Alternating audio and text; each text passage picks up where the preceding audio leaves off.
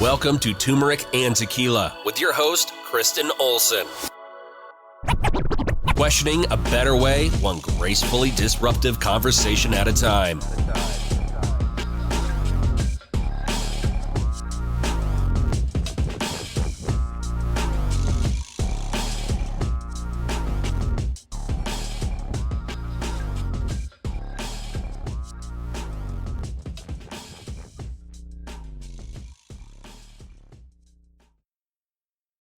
Welcome to Turmeric and Tequila. I am so excited to be here today. We have some Colorado family in the house. We are going to break down his bio, but first I got to give a great shout out to our sponsors, Lux Neurofeedback. We just had them on a couple shows ago, but check out everything they have going on for all things brain health, and Declan James watches, local entrepreneur, Navy SEAL turned entrepreneur, quality handcrafted Swiss timepieces. So go check them out. On to my friend here, the Brandon Vargas. Welcome to Turmeric and Tequila. Thank you so much. I'm so happy to be here with you today. Yes, this has been a minute coming. Like, we've been talking about this, but this is a busy human. He's got lots of art going on. I'm going to read a quick version of your bio, but then we're going to get into the details of what you do and the vision. It'll come way better from you. Brandon Vargas was born and raised in Colorado and received his BFA in Fine Art from CU Denver in 2018. They have been involved in the arts from a young age, volunteering, showing work, and working in arts administration since they were a teenager. Growing up with archery, Brandon utilizes traditional art-making materials and incorporates an archery practice in their work, contrasting the abstract representations of folklore with something so deliberate and piercing as an arrow creates a stark contrast of the natural and artificial, further investigating the artificial boundary between human society and the natural world in the pursuit of creating an empathetic link to each other and nature. Amen. Yes, I was like, I love hearing that, because when you say that, like, so many of my paintings like pop into my head. I'm like, yes, this is what it's saying. So I'm super glad. That's the first time I've heard it read out loud, which makes me very happy. And I didn't read the full bio because I'll actually post it because it's so good. But the best exercise is when I sit here and I get to watch it back and you guys read about or hear about yourselves. Yes. It's because you never really pause to think about, like, totally. Oh man, I've done a lot of stuff. Like, yes. I'm here. I'm mildly important. Okay. It's a whole thing. Mm-hmm. So Brandon's a true creative, but what's really cool is he is very local Denver. His family is North Denver, like mine.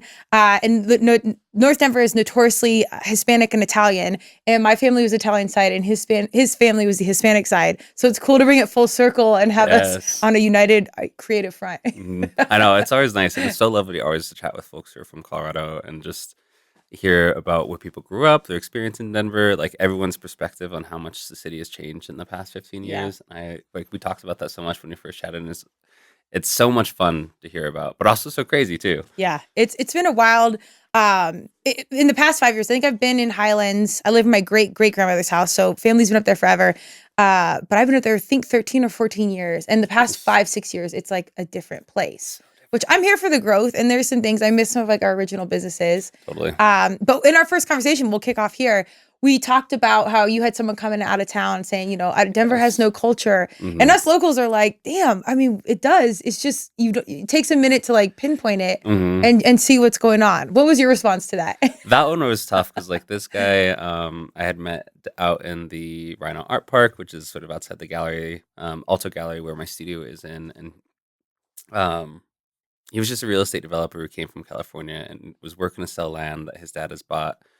And he's selling Colorado land here from California. And then he tells me, he's like, oh, it's so interesting, like you were saying, being in Denver, because it feels like you guys don't have any culture. And that to me, like, struck me. Because to me, I have a really strong idea of what Denver's culture is, especially coming from, a Latino family, knowing about the Chicano, right? It's just the great history, food, and culture that we have. And to hear this dude who's coming from out of town telling me that we have no culture was bizarre to me, especially since we're right outside, Alto Gallery, which is owned by the Birdseed Collective, and they work so strongly with the Globeville neighborhood. To me, they're just really strong pillars of what, to me, like Colorado culture and Denver culture really is. And coming from the Latino side, it's obviously covered by like strong Latino communities, big families, big celebrations, just so much history in there that was so washed by that perspective. So I was boggled by that statement. When he said it, I was just like at a loss for words. And I was like, I feel like you maybe haven't done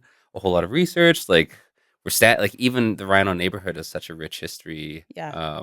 And calling it 5 Points and Yeah. Globeville, like their histories are so imbibed with Denver's industry and just how Denver was started up. And it was strange, and it really did inspire that fire within me to continue to try and bring more attention to the Colorado creatives and people who are contributing and continuing to build this culture, and not coming into the town and saying that we don't have any and trying to use fit something else there. Because I know it's very hard for a lot of people to connect to Colorado culture just because so many folks are transplants, and there's Hmm. not a whole lot of opportunity or chance to run into people who maybe are from here and get the perspective of folks who are from here and learn a little bit about each of our backgrounds. Right. So I'm really hoping that just through various initiatives that we can really bring more attention to both the Colorado history and culture, and then continue to build a future that has that history and culture still within its hand.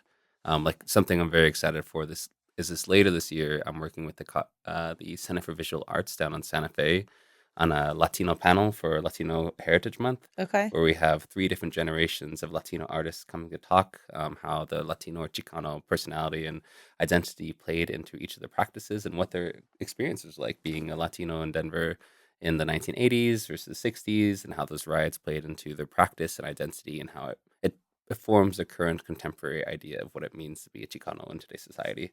I love that. And the thing, I love that they're doing that. Mhm. And I hope they promote it and it Yes. gets out there, because a part of the reason we're doing this is so people can know all the stuff that's going on there, because stuff is happening. Mhm. There's just this breakdown in either promotion or social media, or Totally. like we've talked about, the groups are very siloed in what we do. Like we're Yes. not a big city that's super connected. Mhm. And yet we have these really magical things that are happening with like deep intentionality. And it's kind of, you got to dig if you want to know what's going on and where. But Totally. if you can pull back the curtain, you're like, oh, it is happening. Like Yes. the culture is there. Also, Mhm. someone coming in from California and, they're there for however long, and then they say they don't see it. I'm just like, also California, like I'm here for California, but we're not that. So I don't know. The comparison is tough. It is, and that struck me too because he's like, "Here's selling Colorado land, Yeah. doesn't have a connection to the history or culture." And so that one, I was like, it was like double arrow. I was like, Yeah. no, it was like, but yeah, I'm really hoping that there is more conversation and open information about the arts to folks. And so there's a few different projects I'm working on. One is this next month called Rhino, and it's going to be taking place in a Rhino Art Park in collaboration with Kamal Incubation Heritage Food Kitchen. And Okay. Kamal is this really great food program where it's based for migrants and immigrants to come and work in a commercial kitchen. They get a stipend for the time to learn English and how to work in a commercial kitchen and workshop cultural recipes for Okay. future ideas for food trucks or restaurants. This last month, I worked in collaboration with Rhino and Alto Gallery to pair up resident artists in Alto Gallery with the chefs in Kamal, where they can get together and make a cooking video together. Oh, So cool. you learn a little bit about the chef's background, the cultural background that inspires the recipe, and then the artist background and the background of food, and the artist practice as well. And so this will culminate in a fun event on August 31st of a Kamal farmers market, where we're going to be inviting neighbors from the surrounding buildings to come into the Rhino Art Park, learn more about the programs and organizations that are there without a need for them to buy anything to learn about all this stuff. Yeah. Because the goal is, it'll be called RhinoCon, Rhino Know Our Neighbors, a yearly initiative where you can just invite people who move in and out of Rhino so frequently to come and just get to know. Just because there's so many people who move around Denver Yeah. so frequently that I feel like, on one hand, it's very hard to access the knowledge on social media just because you need to find all these sources of knowledge. It's But very two, nichey. so hard to find the stuff that you may just already be right next to. Yeah, yeah. Well, right now there's big dollars down there now too, because Yes. the other part is accessibility. Like to live is anywhere in So Denver. crazy. It keeps pushing you further out, and that's kind of why Mhm. like 5 Points and Rhino popped off, is because it kept spreading out from Denver, Yep. and now it's just harder and harder to live anywhere close. It's difficult. But before we go down that, we gotta start where we start. Tell us about young Brandon, like you as a kiddo, like things you cared about. Because I always think that it's written in the stars very early on what we're gonna do. Mhm. So give me like young Brandon. So young Brandon, I come from a split household. So my parents got separated when I was just a baby. I don't have any memory of them together. So I've always grown up in 2 homes. One was with my dad and my stepmom, and I was a single child there. And then I have a half brother, who I just call my brother. Um, we have the same mom. So when I was at my mom's, I was a younger sibling. And Okay. so having those two splits was always very interesting to me. and actually my dad and stepmom would always comment on it. They would say that it was very interesting when it would come back from my mom's, just because both households have very different rules, different expectations. They would say it was like I was another Brandon when I would come back for like a few hours until I could adjust back into Oh, how my interesting. dad's rules and families were. Um, so I think I always come from a really interesting split, and that taught me how to code switch like very, really early. Yeah. Well, Um, you're like the youngest and the oldest. exactly. Yeah. So, and it's just youngest single child. It's such a weird dichotomy because being at my mom's house, it was so um, fun just because I had an older brother and we would just hang out and do a bunch of fun stuff when we were kids. We'd also get in lots of fights as brothers do. For sure. Um, but it was also funny because on at both houses, my parents worked a lot, so I was latchkey kid at both houses. When I was really young, my brother and I would just always walk home and just be home alone forever.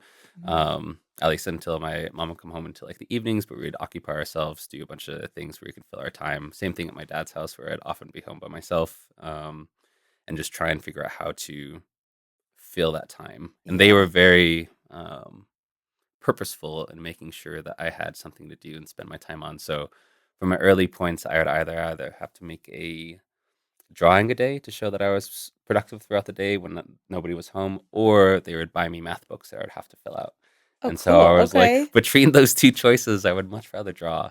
For Um, sure. Same. so yes, exactly. So that's how I started drawing a lot when I was really younger. But art was actually never something that I really excelled at. My So they didn't know. They were just saying like this is just something to keep you Yes, busy. because Oh, that was that's kind of something. wild. Yeah, and so because my dad and my stepmom actually drew a lot when I was a kid. They had a big drawing desk, they had a huge marker collection. They would make a bunch of collages and drawings and art, and then I would have a little desk that I would sort of scribble on. Um, so it was always something that they would do to pass the time and make sure that they stay productive. So that was a skill that I had learned early on that was just viewed as something as that could be awesome and to spend your time Yeah. on. But So it's definitely in the blood. yes, Okay. so it was nice because like just getting to learn and draw from them. And I remember one of my earliest memories is that I would try and make spooky drawings. So like I would draw spiders in like a highlighter, but like how a child draws spiders. It was like two big circles connect to each other, like a bunch of big lines. And then like one of the first words that I had learned how to spell was like blood. So then I would write blood and highlighter on all these like spiders and then put it in steal my parents' office supplies and put it in manila folders and put it underneath my Oh neighbor's my door God. Yes. Okay. because I was so obsessed with this game. Because my parents are also big gamers. We would play Diablo a lot when I was younger, and they had a computer room, so we'd play Diablo, and one of the first bosses in it is Blood Raven. And so Okay. that was how I learned how to spell blood at a very young age, and why I became obsessed with spiders, just because spiders were one of my favorite enemies in the thing. So earliest onset drawings were silly, goofy drawings like that. And then um, I but it's funny, I always had the worst grades in art even when I was in kindergarten. My kindergarten teacher once called my house and told my dad about how terrible I was at coloring.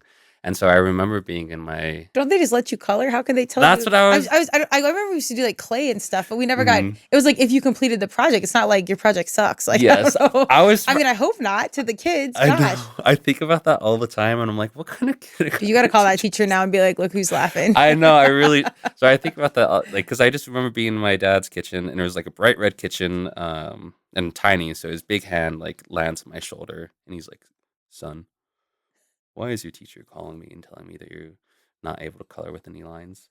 And I was like, "I Because I'm an don't artist, know." mofo. Yeah, I Yeah, was no, like, don't say that to me. Yeah. I was like, I'm like in kindergarten, so shocked by that, and then like after I got that call, I was like really obsessed with trying to make sure that I like stayed within the lines because I didn't realize it was a metric I was being judged on. I was just Yeah. trying to scribble. Yeah. Um, so That's kind of wild. it I mean, that's a was. deep metaphor for you now, like breaking through, and, Yes, like proving a point, whether that's a mission or not. You kind of are. it's so bizarre to think about. And anytime I like mention that story, people were like, "That's so strange for a kindergartner teacher to be so concerned about that." And I was like, "That's what I said too." But again, Integrated systems. yes, going to it now and thinking about it now, I'm like, yeah, that's probably like a good That's. development for it. Were you good at other subjects? Were you like a diligent Yes. student? Yeah, I naturally excel in both sciences and math, but really didn't do super good when it came to art, which is actually what led me to dedicating my life to art, is just because it was something that I wasn't naturally good at. Oh, interesting. And Okay. so like So you like the challenge. yes, and so like like I got C's in almost all of my elementary school art classes, which again, I don't know how elementary school gets C's in art class. Yeah. I can think of like many terrible projects and just like the rubrics and stuff, and just my dad was always like, "Why are you getting C's in art Yeah. class?" And I was like, "I don't know, I'm trying my best." So what was the pivot point where you're like, I'm going to do this for real in college? So there was when I was in 7th grade. Actually, it was my final project in 6th grade, where we had to draw like a living room, and I drew same boring stuff that every middle schooler draws. But I almost got a D on that project, and had to do like extra work following up on it to get it up to a C. And at that point, I was just so frustrated because every other subject I did totally fine in. I was always got in trouble in school because I have ADD, and like thinking about all the fidget toys and stuff now, like would have been awesome because I always went to school with like a pocket full of toys that I could play with throughout the day. Oh, And then when okay. they would take that away, I would always read in class and pay attention at the same time. So always at like the parent teacher conferences, they're like, Brandon's a great student, except for the fact that he's always reading during class. And so Everyone else is like drawing like Beavis and Butthead pictures. And you're actually yes, like reading the text. yeah. Okay. So it was like, and well, I'd always read like stuff unrelated, but always Okay. do totally fine because um, my brain is always better split in two. And so like one half reading, other half listening to the teacher, and just making sure that I Interesting. keep up to date on everything. But after I got that really poor grade in 6th grade, I was like, this subject is really hard for me, and I'm just a very stubborn um, person, and I really do enjoy challenge. And so after I got that poor grade, I was like, all right, this is something I'm really going to dedicate a lot of time to. So that summer, I spent a lot of time studying and drawing, and I was really fortunate in which my neighbor across the street, his name's Jeremy Dorrance, and currently he owns Dateline Gallery down in Denver and Reno. Yeah. He was really starting to study art. He's about 10 years older than me, and so his studying art was helpful because that summer he started teaching me how to draw, and so I had a sketchbook full of like goofy little drawings, bats, devils, fun stuff that middle schoolers love to draw. Yeah. But him teaching me how to draw was really helpful because then I was like, okay, cool. And then seeing him studying art and wanting to study art was also helpful too because I was like, oh, this is like something that people can study. It's a skill. Yeah. And the skill part was what started me on an obsession. And so I am a super meticulous artist, and ever since then had spent so much time, again, being alone all the time when you're younger. I would either go on like bike rides for miles around where I live and explore the neighborhoods, or spend the vast majority of my time studying.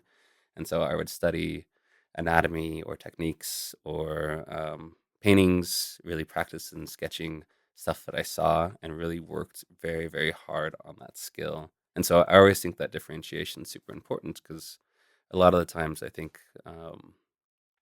people don't see themselves as creative because they think that they're not, just because they can't naturally draw, or they weren't given this like God-given talents or Or they whatever got a D in intrinsic. kindergarten for filling Exactly. outside the lines. Yes, exactly. Yeah. Then they're like, "Oh, I can't draw," and I was like, "I can't draw either," or I couldn't draw Here's until I my spent report like card. yeah. That's so funny. Well, this in our initial conversation months ago or whenever it was, I was like, that's so wild. The universe set you up with this like mentor up the Mhm. street, like so Yes. accessible, Yeah. because representation and accessibility, all these things, and it was kind of provided. Yes. But that's wild. And you were a good kid, either studying or exercising. Yes.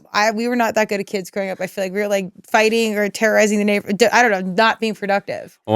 That's where I think the fights with my brother come from because like a lot of times I would be doing that like and then I would get teased a lot. Either like he would jokingly make fun of me, be like, "All you do is spend your time reading. You never go out and do anything." And I was just like, "I will eventually. I just need to get to a certain point in which I can make what I want to make, or at least be comfortable in what I can make." And that took Okay. me like years to get to. But it was nice, and Jeremy was such a huge motivator because when I was in high school, he actually moved his studio to my family's basement, and just being able to see his materials, his process, what he was working on, and go down and be able to experiment with his materials as well.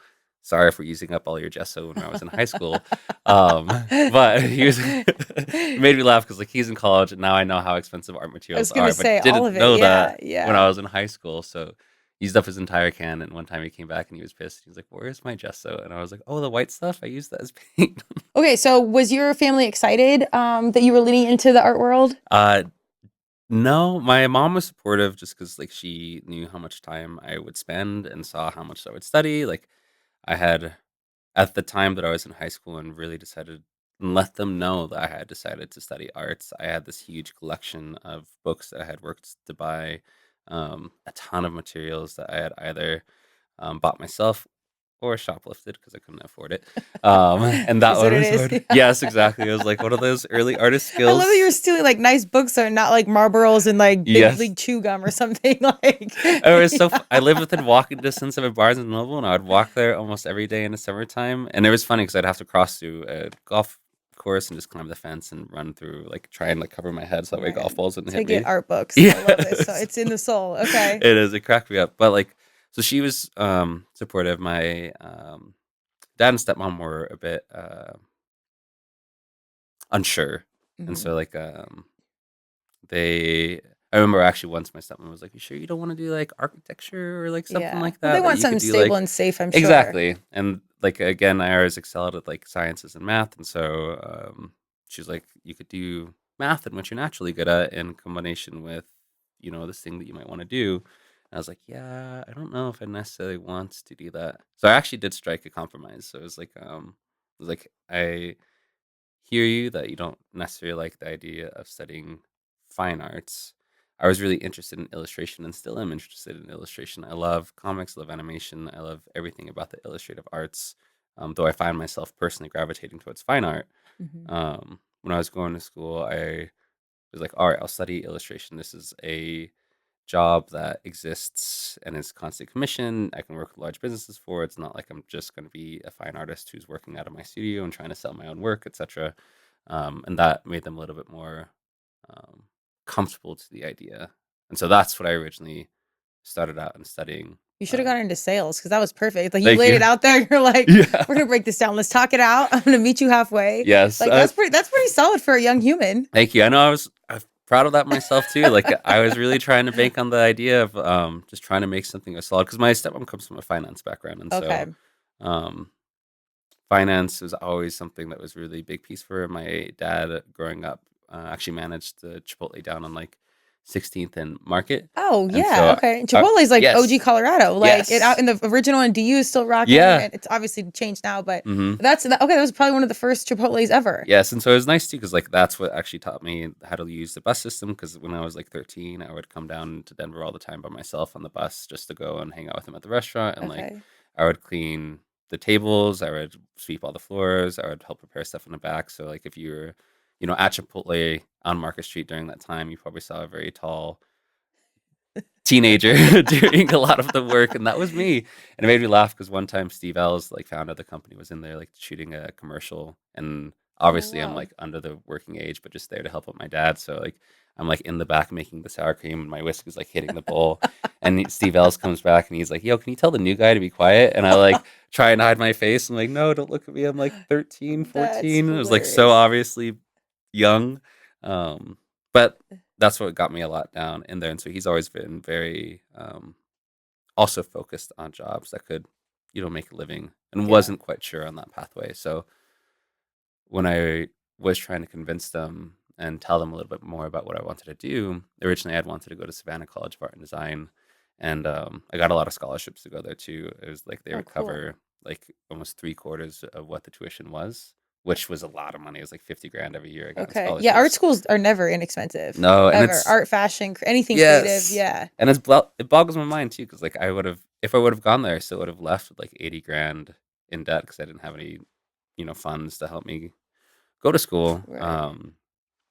And so that one I was like really sold on, really wanted to go. I was diving for my school, and SCAD is like one of the few schools that has like an athletics program. So I Oh was like, oh, cool. cool. I would have been able to dive here too. Could you got an athletic scholarship to complement it? I really should have tried. Or in my last year as a senior in high school, I actually took a step away from diving. So one, I could focus a little bit more on art, and then two, I could just try and enjoy what my last year in high school would have been. And I'm always in remiss about that because I was like, I would have really thinking about it now. I was like, I would have really loved to do more diving. I loved my Yeah. team. I really liked my coach. Fortunate enough, I was able to use that skill later on, diving at Castaneda here. So No way. yeah. Did I tell you my uncle dove there? No, really, my great uncle dove there too. Oh, That's do they so know funny. each other? Maybe. Have you, Darren Taylor? He's Professor Splash. He was actually even on America's Got Talent. That's like awesome. years ago, and he dives into like this is a whole other podcast, but he dives into a big kiddie pool of like 5 inches of water from I've like a seen high that. dive. Yeah. He's been on the TV and everything. Yes. When was your family there? He would have been there back in the late 70s, early 80s. Okay, I think no, that probably would have been about the same time. I'll have to text my Uncle Yeah, Greg. dude, that's wild. Yeah, that's. Have you been to the new Castaneda? No, I really want to. I Me heard they too. do like silent plays and pantomimes, which is really interesting. So I'm curious to go check it out. I didn't get like the 411 on the art. I just heard the food Yes. is better, and I was like, the bad food was kind of like part of the culture. It like, was. It was kind of what it was. Well, I've heard mixed reviews, and like some people are like the food is better, some people are like the food is just kind of Oh, really? almost as bad, and I was like, oh, interesting. Oh, really? That's no, what they I have was like a legit female chef that's like. That's what I've heard, Yeah, I so can't I'm remember really what her name excited is. to go check it out because they did Yeah. so many cool programs like building up to it, and I was really psyched to try because like they had Yeah. a cool like English to Spanish learning program for the folks in the kitchen, so that way they can talk a little bit more, and they paid them to go through that program Yeah. too. So I was really psyched to go check it out. I'm Oh, still man. psyched to go check it out. Exactly. Yeah, me too. Shout out and come sponsor if you want. Castaneda. Yes. That's so wild. Okay, so anyways, so you dove at Castaneda Yes. as well? Yes. Wait, when were you there? I was there probably closer to 2017, 2016. Okay. Yeah, and so that one was fun because I was like, I can't believe you can monetize diving. Like almost nobody can, unless you're going to the Olympics. That's pretty amazing. That's what I was There's a psyched about. restaurant that there's inside diving at. And that's what, like, I was like, this is the last time I'll be able to use this skill. I was like, I got to try and use it for something. And so, Hell like, yeah. just because I always have like a weird collection of strength skills. Like archery is one I use in arts and stuff. But my dad's side of the family are all martial artists as well. So, like, Cool. diving really naturally fed into that. And then when my old diving captain that I dove with in high school, he texted me because Castaneda was needing a diver. And I was like, I would love to join. Let me try it Wow. out. Because at the time I was also taking like dance classes and other stuff like that, just to sort of broaden both the skills and also if I wanted to do anything else during my last couple of years of college to make some money. That's awesome. That's so wild. It's funny. You've kind of had these things like universe providing you like random ass opportunities Yes. that perfectly align with your skill set and Yes. like intuition and desire to do. Totally. Like it's kind of wild that that's how it's laid out. Well, that's always something I've always I joke about a little bit is that I feel like I'm always superstitious about luck just because even my position with Meow Wolf right now that I got, I have always had these gut feelings to go to certain places at certain times. And they have always put something there. Or I Okay. know that I'm supposed to be in someplace for some time to talk to someone. Wait, So- unpack this. I love all this because I think this is for our young kids to Mhm. hear this. Our young people, all people. The creative path is a really hard one, and yet Totally. I think it's the most important because obviously your soul and your purpose is wrapped up in that. So you got to find a way. And sometimes there's not this clear cut path of like you're gonna go do this and you're gonna make X amount of dollars. Like you just got Totally. to show up Yes. and trust it. Yeah. And that intuition, that gut feeling, or just not liking something, or like that's so overlooked in training. And like no one's teaching you to like trust your gut. There's no proof. There's no nothing. Totally.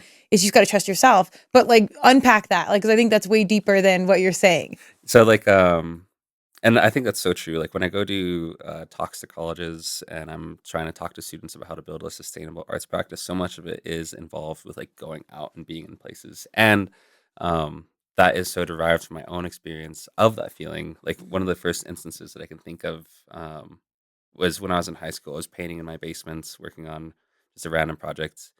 And I had a really deep feeling that I was like, okay, I have to go.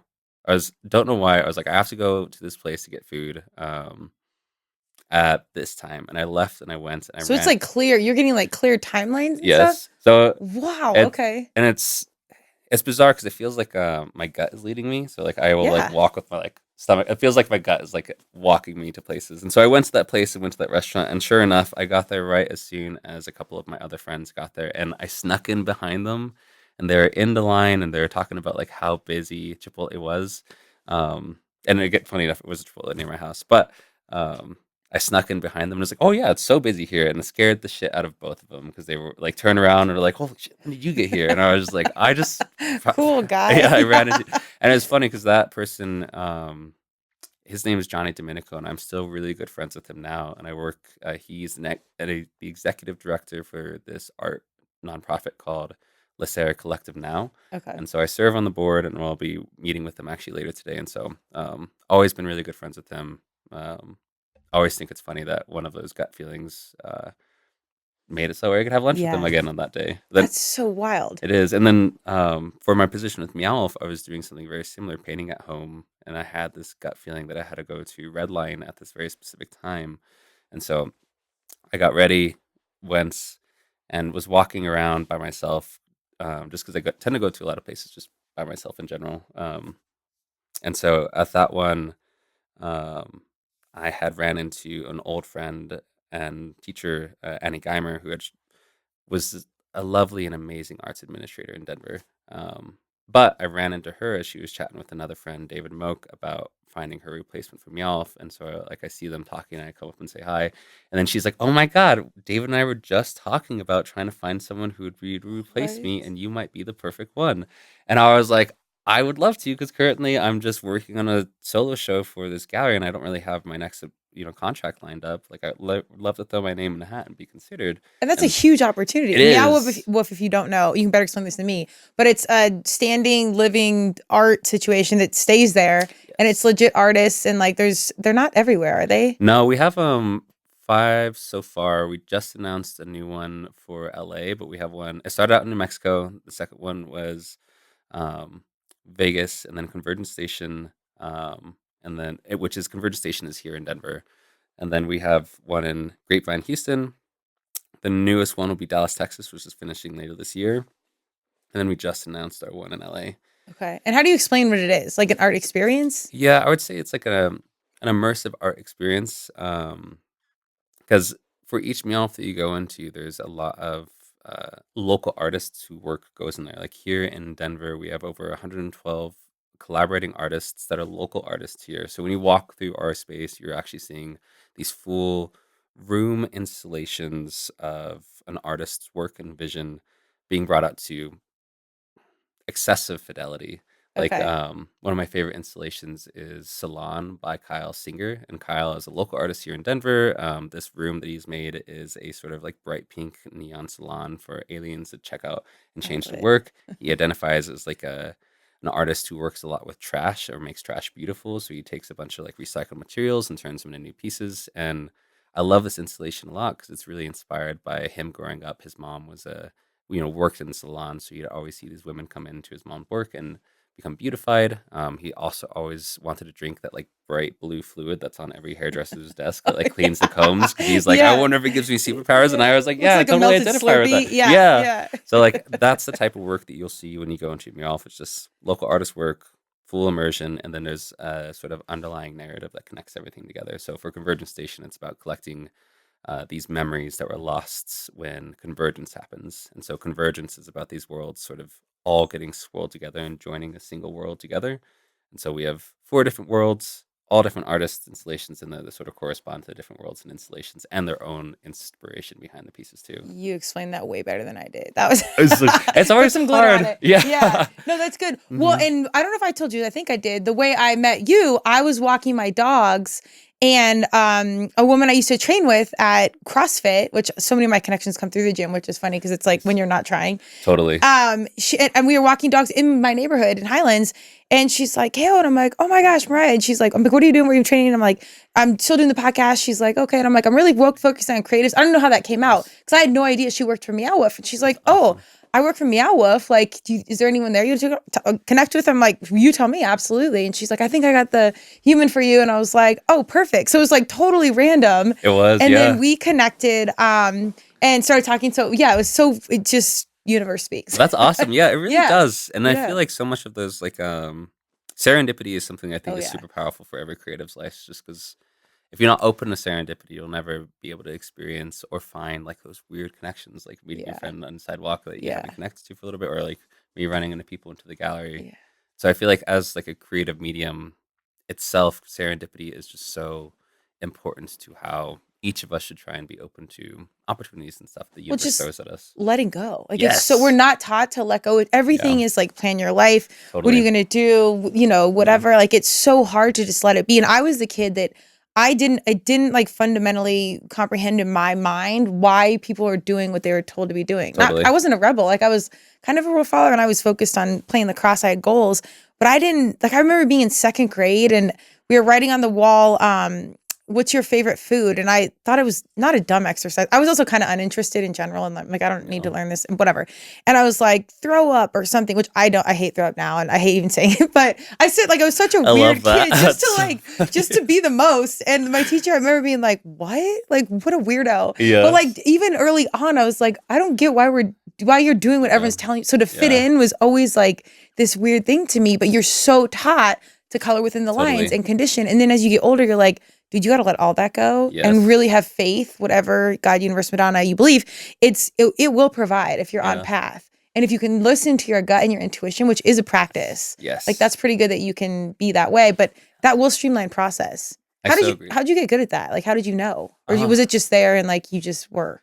I think I think like I'm very fortunate because it was just there and I was able to listen to it. But on the flip side, my mom's family are all very big dreamers. Okay. Are they intuitives or just literally Kinda. dreamers? Like we have very long dreams, and which is nice because like I can talk with my mom and my uncle, and they really understand what I mean. But sometimes our dreams last like what feels like a couple of weeks, Okay. and then we will Like you have it every night or something? like we will dream, and we will feel as though if we're in the dream for weeks at a time, Okay. and so and I would feel very alone in expressing that if I also didn't know a couple of other people who are doing that, like Levi Pollard, who's this amazing, beautiful human at Meow Wolf. She and I were talking about this the other day, and she also is a long dreamer. And so when my mom always complains about smell when she dreams. She doesn't like Okay. the smells that come from her dreams. So she's woken up a few times, and I'm always up late. So sometimes she would be awake late at night, and so I'm like, "What's going on?" And she's like, "Oh, I just had a horrible smell in my dream," and I was like, "It's so bizarre." And I didn't know what she meant until about 2 years ago, where I had my first smell sensation in my dreams, and it was strange. Usually, my dreams are like feeling or temperature or different stuff like that, and so Okay. um, and my uncle's the very same way. Like so I would feel strange talking about those currencies, but dreams are also very fascinating as well, just because there are some times I think in which dreams help us process, but they also help us figure out what comes next. For sure. And so Or where they're you're stuck, I want to say. yes, Like I feel like it's exactly. intel in some capacity. Yeah. And you have to kind of know how to unpack it. Like how do you know Yes. what to like to digest it in a certain way or like Hmm. I mean like I've had reoccurring dreams where I can't find the X or I can't find something. I'm like, am I Totally. stuck literally? Like it's kind of hard. How do you know what to like pull from the intel? Usually it's like the last dream I had that was a really long dream was it was a couple of weeks, and in the dream, I was moving up to a place very similar to Alaska, and it was the end of the summer season, so it was going to be dark for the next couple of months. This town was a very small town, almost like a college where everyone resided in this large singular building. There was a single mess hall that everyone would go to after they finished their jobs. My job there was I was essentially a dock worker. I would keep track of who came, what goods were delivered, and Wait, then this make actually sure that happened or everything's this up. is the dream? This is the dream. Oh my God, this is so detailed. Yeah, so it's Holy cow. these are like the long dreams that like my family has, and it's How do you remember it all? Like I'll remember feelings of things, but mhm. not necessarily the detail. It feels, and so something I talk a lot about is the hierarchy between dreams and memories, Yeah. and so because when you think back to anything, like think back to something back in third grade, and then measure it against a really vivid dream in your mind, they feel similar in hierarchy.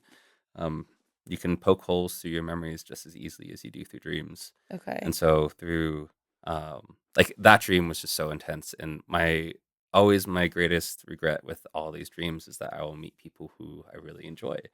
And when I wake up, I know I'll never see them again. And so in that dream, in those 2 weeks that I was working that job and in that space, I made a cohort of friends.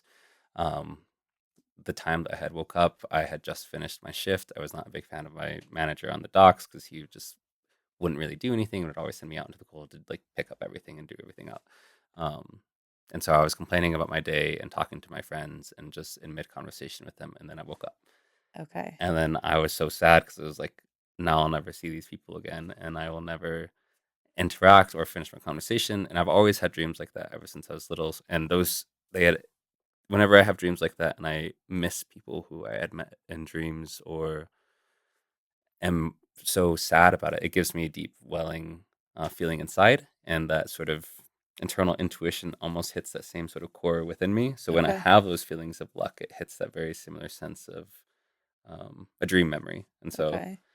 I don't know. I see That like a was beacon, weird. like an avalanche beacon. I don't know why, where it's just all of a Yes. sudden it's like going off. Yeah. That's wild. I mean, I don't know how far you go into the weeds because like Mhm. there's like the woo and magic and then there's physics. Like so Totally. like it really crossed between like misbelief or belief and magic and then just straight up science. Cause like Yeah. there's different dimensions hypothetically and there's Yeah. different things and like maybe you're traveling through these different dimensions and the energy is there. Mhm. And then at some point you revisit or the message or maybe it's the ancestors. I Yeah. don't know. Like, I mean, it's something, it's there. Yeah. It's just how you want to label it. Exactly. And like when I was in high school, I used to always think I maybe even had narcolepsy because I would pass out at the most random times, and I would dream really, really vividly during those times. And so I was probably just tired because again, I would stay up all night studying and drawing, and then wake up at the ridiculous schedule that high schoolers and teenagers have to have of like 7 a.m. Um, but I would fall asleep and then just dream really intensely. So I used to joke, 'cause I was like, "Oh, I'm just being called somewhere Oh, else." no, I'm thinking they're like, yo, we got a message, put him to Yes, sleep. Like, exactly. send the beacon off. Yeah. That's wild. And so that's what actually really started me in my interest as well in art, just because initially I had the question, I was like, oh, I wonder if these experiences are universal. And so that's what really drove me to wanting to make art, was really to test my perspective and how I saw things. And art would be the easiest way to make those connections and see if other people saw them the same way. Yeah. And so when I had really decided to dedicate my time to it, I was really frustrated at my inability to do that and inability to really connect those deeper pieces. Because yes, we can connect on visual and very surface things, but to really test an internal philosophy, you have to make something that is descriptor of it and stands to represent it and see if it connects to people. And art is such a nonverbal language, and I feel like there are multiple forms of knowledge.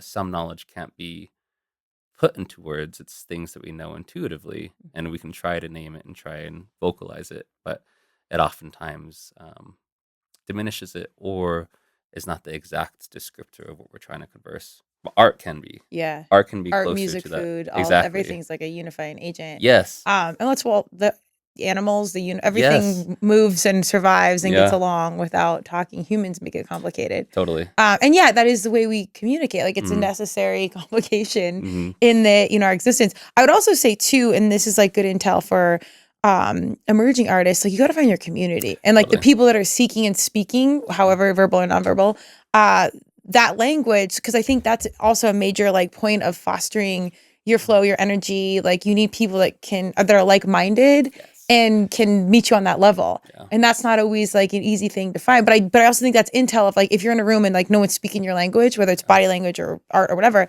you're in the wrong room. Totally. And you're kind of chasing the wrong thing. And I think that can help put you on path if you have that awareness. Yes, exactly. And I feel like everyone feels, because and I was actually talking with a therapist about it, and she made a very good point, is that oftentimes we have so many foundational memories when we're like in earlier schools or in these circumstances in which we're put in these places when we're surrounded by people who may not be our people. Yeah. And we base our reactions or interactions with them to define this picture of ourselves when they're not our people and may not really fully understand us. And so we have this inaccurate picture of ourselves. Yeah. I thought that was such a good point because my little cousins, you come from a big Latino family, a huge amount of cousins, and they are now in the age in which they're struggling in high school and middle school. And it's something I always try and frequently remind them, like, yo, you could be struggling now.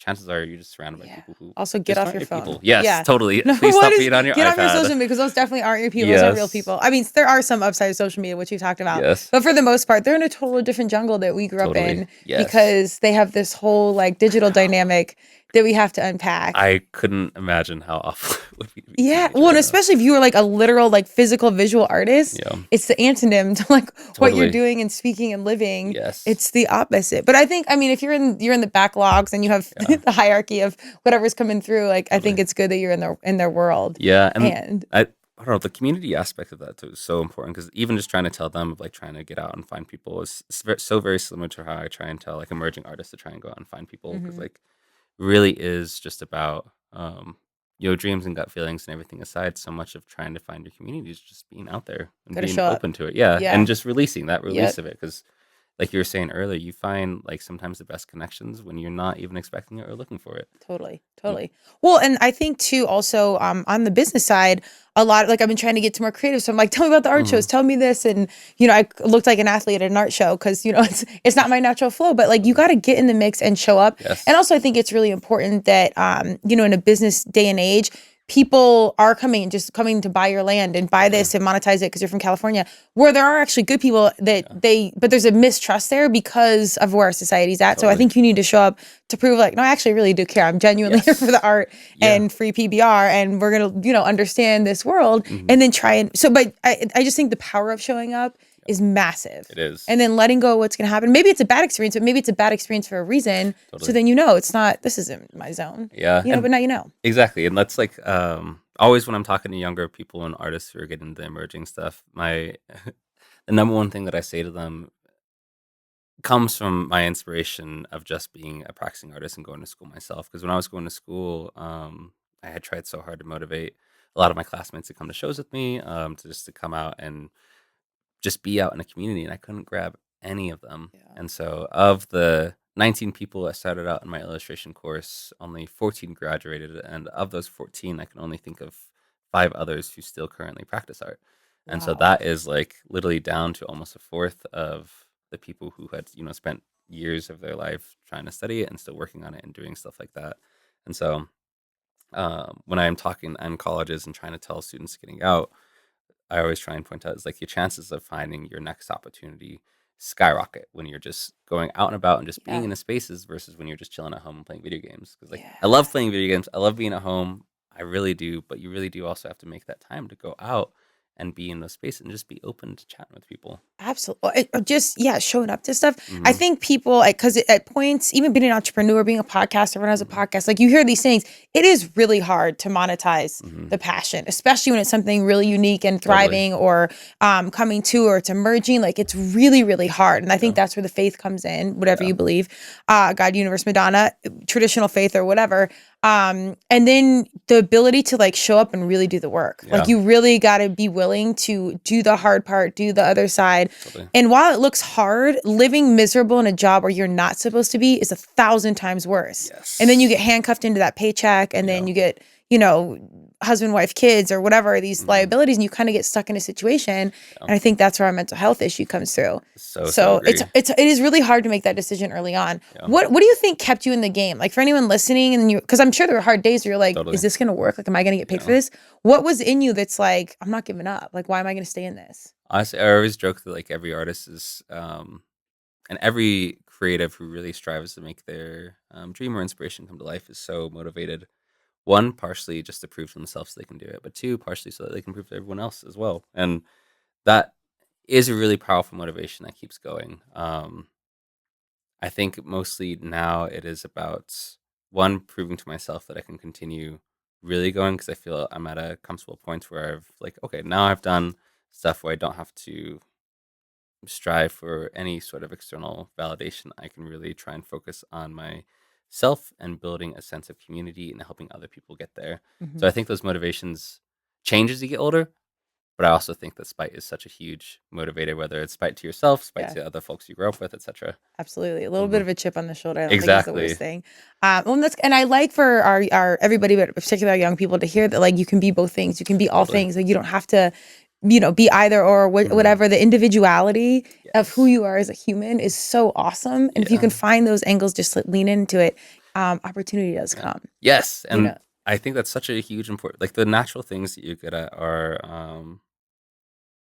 your just superpower. And if you Yeah. really lean into them and find a stuff like whether if you're good at talking to people or you really like doing whatever, if you can find a way to like really weave it into it, it really becomes something that is so unique and special about you. And that's also something I really try and let folks know is because everyone always has an idea of like the most perfect person in their field and like what they do to do it there. And you don't have to do that. You can do and manage 1,000 different pathways as Yeah. long as you understand how you will navigate that path. Absolutely. And also the world around us is changing so fast. Like what you're gonna do might not be a thing Yes. in 5 years and 10 years, or the thing is not there yet. Totally. Like podcasting wasn't a thing when I was in high school. So Yeah. it's like I had no idea this was ever gonna be an opportunity. So it's wild. But in art, I mean, I feel like you have to be an individual Yeah. to make it work because you can't draw someone else's picture. Like Totally. that's I mean, well, AI is real, but that's also a whole other podcast. Yes, totally. Yeah. Ravage the illustration. Well, I love that people actually get to hear, because I mean, obviously we'll say go see your art and everything, but I love when they get to hear the voice behind the artist and the human behind the artist, because there's so much depth there, and the inspiration and the way you can look and see something and then make it a physical. Like that's so fascinating to me. Yeah. Where you can take a vision and put it into reality. Yeah, and I It's think wild. that is like I think that's one of the most beautiful exercises of art, and often one of the most pleasant and pleasurable things when you think about an idea and you work to make it a reality. And I think oftentimes that so many people are artists in their practice of doing that, because a lot of people do that in general, like all of your work, where you manifest all the and work to make these programs a reality. That is such an exercise in art, is to make a desire that you want into physical reality when collaboration with other people. And it's such a beautiful thing that I don't know is necessarily fully understood when you're younger, especially from the art side, because so many of the thoughts, and something that I try and do, especially with Meow Wolf as well, or at the other arts organizations that I work with, is like, this is what an artist can look like. Like all artists work in a wide variety of materials and processes, and oftentimes have multiple jobs or work in different pieces. But you have to do and be able to work, and you're probably going to do a position that doesn't exist, or you've never met someone who does that position until you like are in that sphere, and you're like, oh, Yeah. what's up? You're an educator and a programmer and an artist, and you do these crazy things, and I can finally see like another pathway for how I might want to navigate the space and do stuff. I was super lucky too. 'Cause I had a cousin growing up, Thaddeus, and so Thad Mile is one of the understudies administrators. But when I was in I think middle school, back in the MySpace days, Nice. he brought one of my favorite like chiptune artists to the basement of this bar that he was programming on Santa Fe, and I thought that was the coolest thing ever, because I was like, how did you get this person to come to town? You got them to play a show, you had a venue, you set up like a ticket sales thing. Wow. And so when I finally came of age to begin working on different stuff, and had the trust of folks to work on stuff, I was like, Dad, like, will you show me your documentation, or like, what do you do when you're considering events like this? Like, and he was awesome, because he sent me his write-ups, the data that he collected to sort of pitch it to people, the budgets that he wrote, and that really helped me understand and put me on a path where I could begin to see myself building these projects and stuff that I'm doing now. That's awesome, because that's the business side. That's what I feel like they Yes. don't, even in like music school, art school, or whatever. Even as an athlete, like I had to learn all that sponsorship. The business side, just trial and error, and success and failure. That's huge. They can give you that infrastructure to then handle the business piece of it, because that's 50% of it. It is. If not more, unfortunately. I know, and that was something that was never talked about in any of my schooling, any of the college classes I took, even my professional practices for the arts. It was never talked about. It was like, well, do you want to set up an event? Like, this is all the stuff you have to sort of go through and think about and do. And so to learn that on the fly, and actually Annie Geimer, the one who recommended me for the Meow position, I also learned some stuff from her as well when beginning on this path, because I was working for CU at that time, and had really tried to work and figure out how to understand and use both my artistic practice, and then also the logistical pieces that I can sort of work with to build stuff. And so that's super awesome. lucky. Well, I mean, sort of, but you're showing up. And like you said, Yes. like, you're one of 4 that actually graduated. Yeah. I always encourage the people that are out there, like our younger ones, it's not that hard to get ahead if you can just show up and go ask the teacher, ask the speaker, like get in the mix of stuff. And then if you have that connection, you're already ahead of the rest of the class. Totally. Like that part is not, the gumption is hard, but it's not that hard to get ahead if you can just do that. Totally. Like if you can, and that's what I tell folks all the time when I'm in those spaces, like to students and stuff that I talk to in college, is like, it's not that hard. You have everything around you that you can do to resource. start this stuff. You just have to talk to people, see what folks are up to, see what's going on right now. And then if you don't have any volunteer, or if you find it's really hard for you to find a position, maybe you can volunteer at the gallery spaces around you. You can try and find connections. Like I volunteered for Redline, Crush, CU Denver stuff. I volunteered for artists and documentation. I did all this stuff when I was first starting out, just so that way I could learn how they were doing it, and then also just get to know them a little bit more and see what the practice is about. And That's huge. That's it's like, how did you know how to do that? Like, was there someone telling you, or did you just do it? I just reached out and I made all those connections initially through one, because I'm always a very active student in, or like just an active participant in just different stuff. So one of my first drawing professors, Sarah Rocket, who now does like programming for Untitled Fridays at the Denver Art Museum now. Okay. She was working as a red line artist at that time, and I'd always chat with her about what she's up to, what gallery she's doing, because she was also the You're like a side podcaster. Like, I'm podcasting IRL. Yeah. I gotta give you a mic to travel with and just be like, all right, just start recording, dude. Yes. We get tons of good information. But for her, she was like also the curator for the Ice Cube gallery as well. And so she was like, well, I need some help for this event. It's like, do you have time on this Friday? And I was like, yeah, what can I do? And she was like, well, if you can pull up this kitchen, get some food, help me set it up. And then she's like, have you ever done any service like with customer service? And I'd always been like a waiter throughout school as well. Nice. So Yeah. tons of wait Necessary. experience. Yes, exactly. I think everyone should be a waiter Yeah. at least some point in time in their life.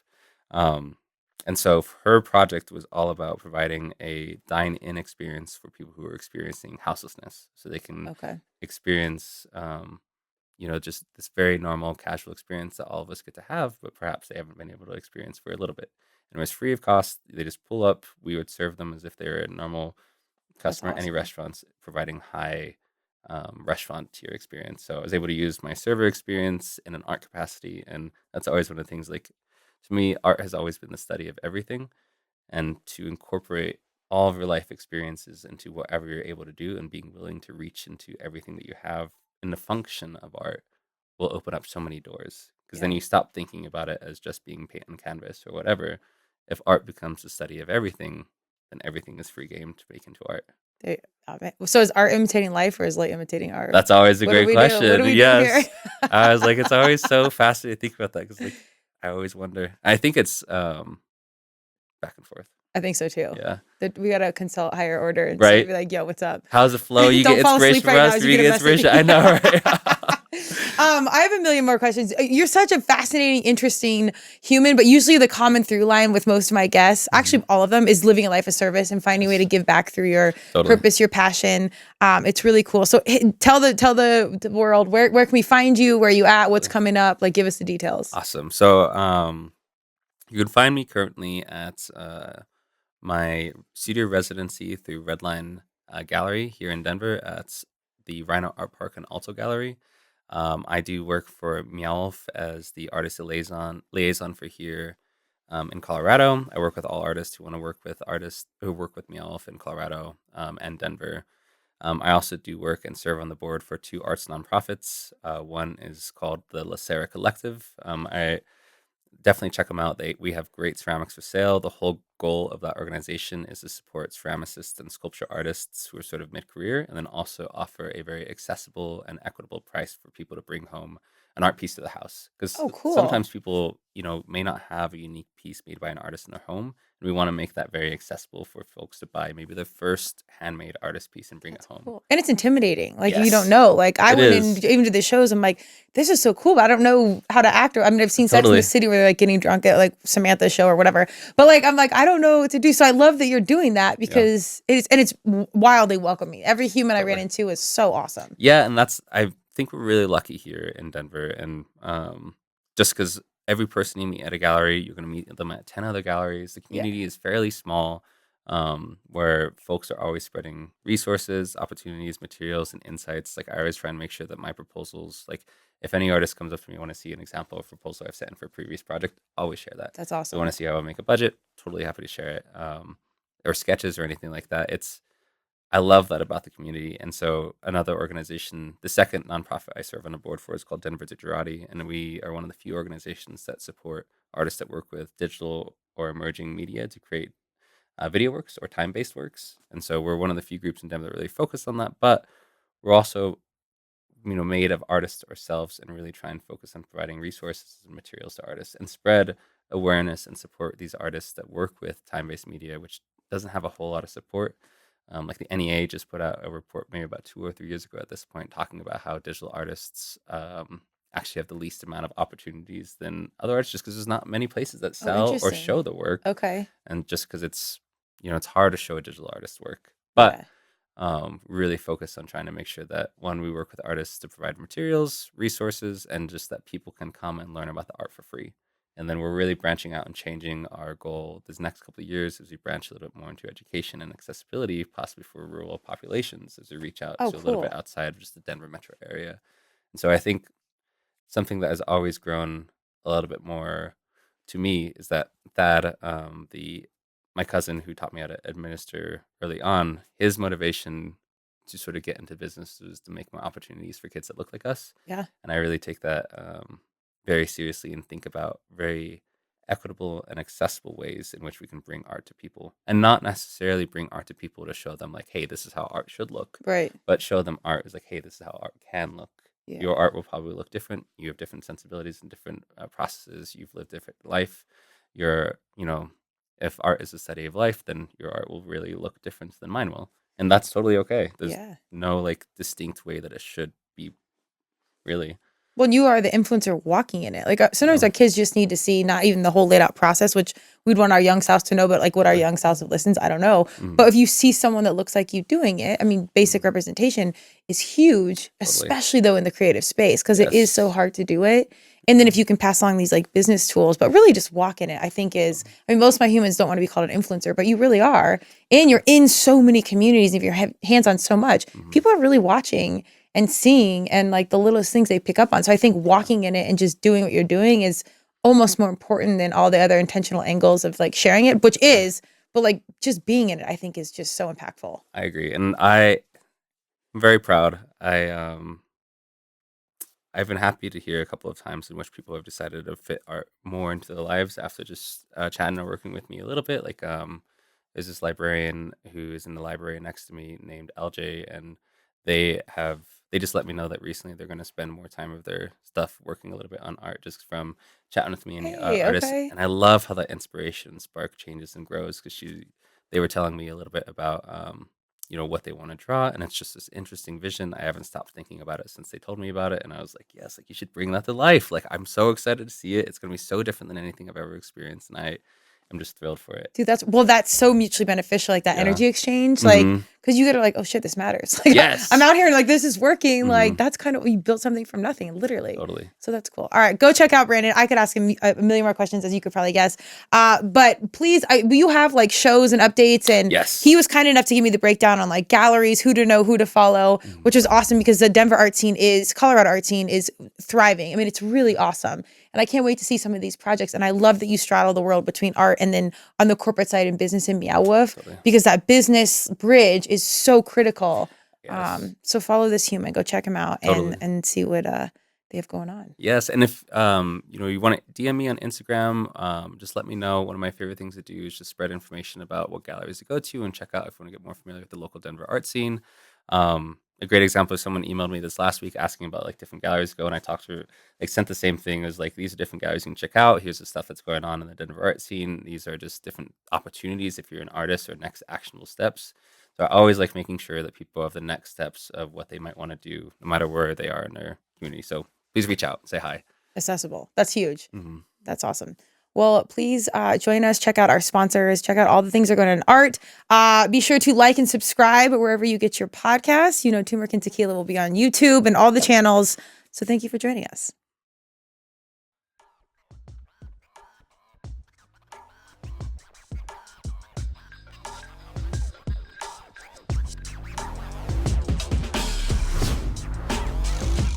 Thank you for joining Turmeric and Tequila with your host, Kristen Olson. Tune in next time, and don't forget to subscribe on Apple, Google Podcasts, Spotify, or wherever you listen.